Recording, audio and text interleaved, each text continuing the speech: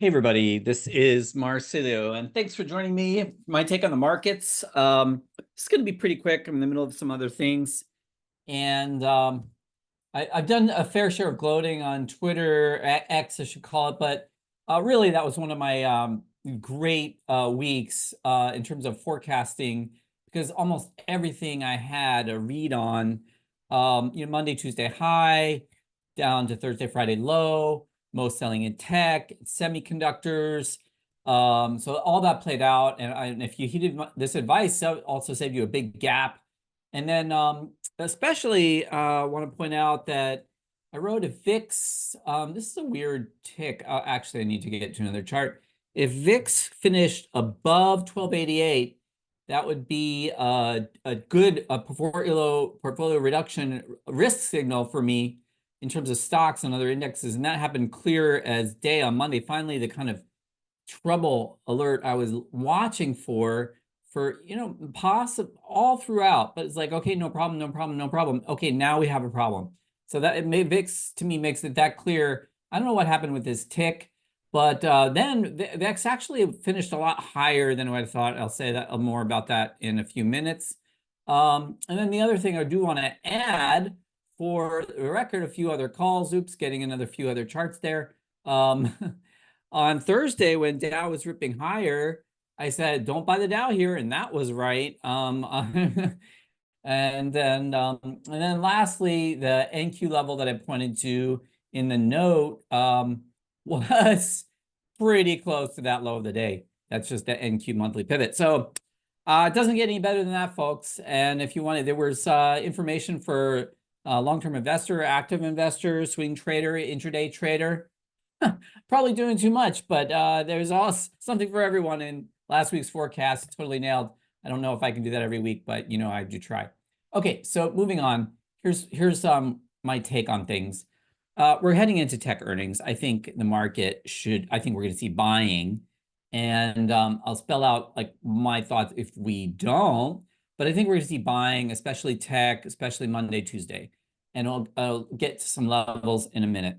And then I'm not sure of the reaction. It's still summertime. We're heading into summer, but I'd rather see a healthy tech bounce Monday, Tuesday. And I'm hoping that the VIX move, which was quite unusual, actually, because it finished above a monthly R3. It's quite rare, but I think it may have been the computer outages. I don't blame anyone in markets, New York City for having PTSD on sudden unplanned outages and et cetera events. And the fact that all these systems were down, I don't know if the reason was known at that point, or maybe it was suspected. I'm not really sure, but in any case, something's up with VIX, and maybe it was all these outages. If not, then there's something else going on. I really don't know what it is. Oh yeah, I think I forgot something on the checklist in terms of what I got right. I did all of that while maintaining bullish cryptos, and look what's going on. Bitcoin powering up, and pointed out several times, Sol was the leader. So I was doing that down here, and now power up moves. So it was really knock the cover off the ball type of forecast last week. Okay, so back to current take. Tech buying Monday, Tuesday, buying from the Globex Open. Prefer, if I look at a day, it's like what could be weaker. Wednesday, maybe Thursday. Again, Thursdays have turned a little bit more negative for different reasons, and possibly Friday. But don't forget, the following week is the Fed.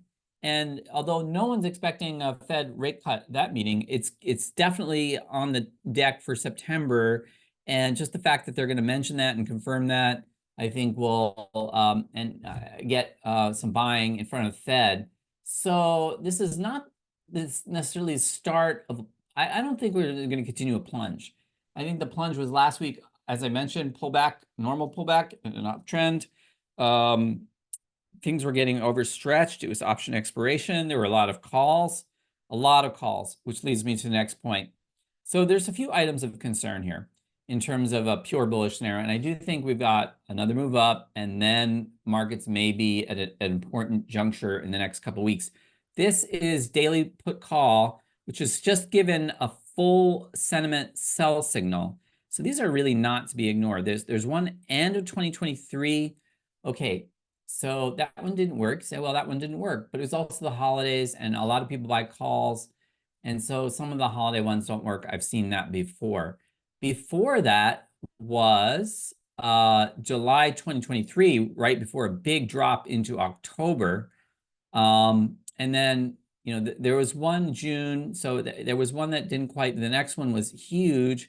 And then here we have February 2023. I don't think that was right before the great financial crisis of March 2023, which was a big pullback in markets. And then we didn't have one for a while, but these extremes are pretty rare. And the other thing is, this one is coming, I think weekly, maybe not the blue line, but the faster moving average will probably turn up on this week's bar, and that'll mean daily and weekly together. So these are quite rare. So sentiment's really stretched. And, everybody wants the market to go up. It's been going up quite a lot over the last, nearly 2 years. And there, not all, there's now some political uncertainty, and other reasons but still tech and AI are capturing, they're just amazing. And that's really the bullish, likely continues the bullish trade. And we'll hear from the tech earnings, everything they're doing with AI, and the market starts jetting. I don't have any specific calls on the companies this week, but, the options implied volatility is hard to say, but overall, I would prefer bullish on the tech faves. So levels to watch to confirm all this view. First of all, crypto's acting totally as expected. And I think power up move is on until proven otherwise. Now, if something fizzles Friday, I'd start to be a little more concerned, but I think cryptos are looking especially good and really getting gear, and may have an uncorrelated move to indexes the other way. Otherwise, the key level, here's the NQ monthly pivot, 19,670. I think that has a good chance of holding if we see buying in Globex, as I expect. And then if not, if there's some slide, the QQQ and the NASDAQ, it's just the way it works sometimes with the futures and the index ETF, they're a little lower. QQQ is a little lower, and NDX is also a little bit lower. But if we stay above that, I mean, we've got the lowest stochastics since the last pullback, RSI lowest since the last pullback. It's just to test the monthly pivot. A lot of things are near 50 MAs, and tech earnings coming up. It's hard to imagine that for me that that won't be bought. Now, along with that, I want to see VIX coming down hard because and usually when VIX is like, okay, move is done, there's so much left in the rally. And we don't have to guess. We don't have to be buying, trying to guess where the peak is. And if you really want to understand my rationale for this, maybe something like this environment is helpful, because we have several bars that are outside the Bollinger Band is often requires some testing, like this one. This was way too early, right? Even this, toppy moving average, that was early. But once we got the test inside the band and came down, this was October 31st. There was so much room in the rally. Even if you didn't pick out the exact low, it spared you the misery of buying too early and getting crushed 4 times. It's just bad. I'd rather do that. So I want VIX to come down. And even if it doesn't clear the monthly pivot, if the smart money says, okay, pull back over, we're back in buy mode, we're not hedged anymore, then it's very simple. VIX is going to be below 14, below 200 moving average, below 100 moving average. Right now, just the fact that it's above 200 moving average, 325 moving average, where should the SP be? But like I said, maybe some of it was options expiration, maybe some of the computer outages, we'll see. But if it stays high, that's something's going on that I won't ignore. And just the sentiment itself and a bunch of levels, major levels that are tagged in the recent top, seasonality, summertime is not, it more likely range, and almost a lot of markets had big fake outs. It wasn't, the Dow looked like it was powering up, then got whacked. Same with the Russell, same with metals. So it's just, usually there's not the volumes to sustain breakouts later July and August, and it's more of a range trade. Except, I mean, crypto's coming in, but they did nothing for weeks and months, so it's a slightly different story. Okay, So that's my summary on the week.